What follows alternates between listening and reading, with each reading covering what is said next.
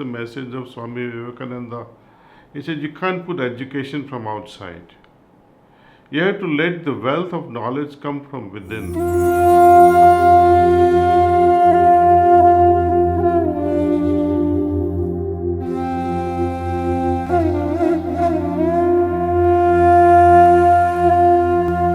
Today's generation is quite challenging, and they say, you believe in God? They say, I really don't know. Some people say, I don't. And I do admire that honesty, because unless and until you do experience, how can you believe? So my movement, my appeal to youth is, come to a neutral point. Don't say I don't believe, and don't say I believe. You see, and run an experiment with your heart. You become the scientist, let your heart judge, and through the experiments you carry out on a day-to-day basis, let the results speak to itself and say, yes, I believe that He exists because I experience. So you can speak from your experience, from your conviction, not by borrowed knowledge. Borrowed knowledge will not take us further. We have the highest youth. Our nation can become stronger, not physically. Of course, physicality is required. Physically strong individuals are required. Physically healthy are required. But today, more than ever so, emotionally, mentally, and spiritually stronger leadership as well as citizens are required. You may have a great spiritually strong leader, but what if we all are spiritually pauper?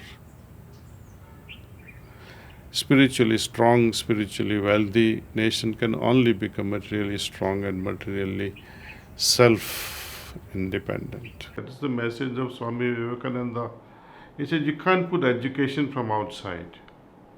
You have to let the wealth of knowledge come from within. How to do this? We have to inspire these children to refer to their hearts all the time.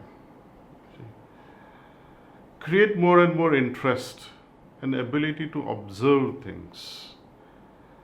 When you have prepared a child with a lot of interest and capacity to observe things, our role as educationalists, I think, is more or less over, kind of things. Often children, one of the questions was, I was watching, how to create interest when you're not interested, you're bored, and how to create interest at that time. That reminded me of a child who came to me once referring, Uncle, I don't want to study, it's enough. I'm in 9th grade and I'm tired of studying. I don't want to study. My parents are pushing me to study.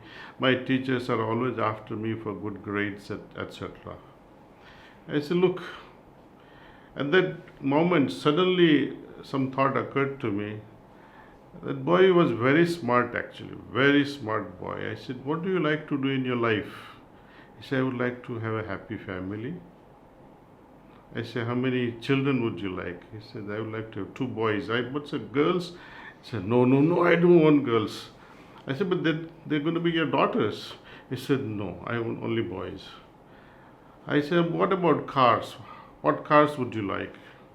He said, I would like Porsche. I said, okay. How much will that cost you?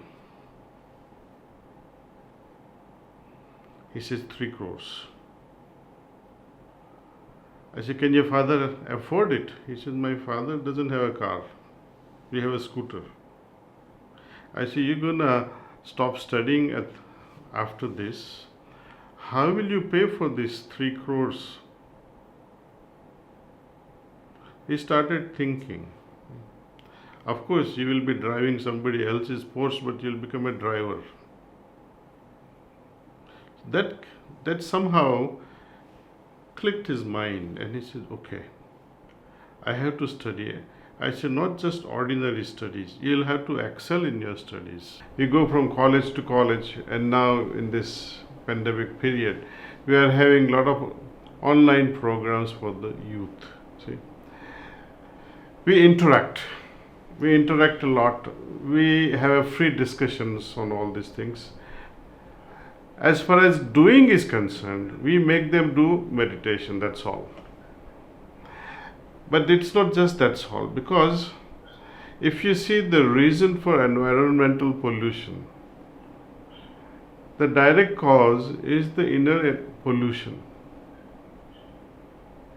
If this inner pollution is removed and so there is some clarity, then children can behave well. See, ability to give the decision, make the decision on their own accord.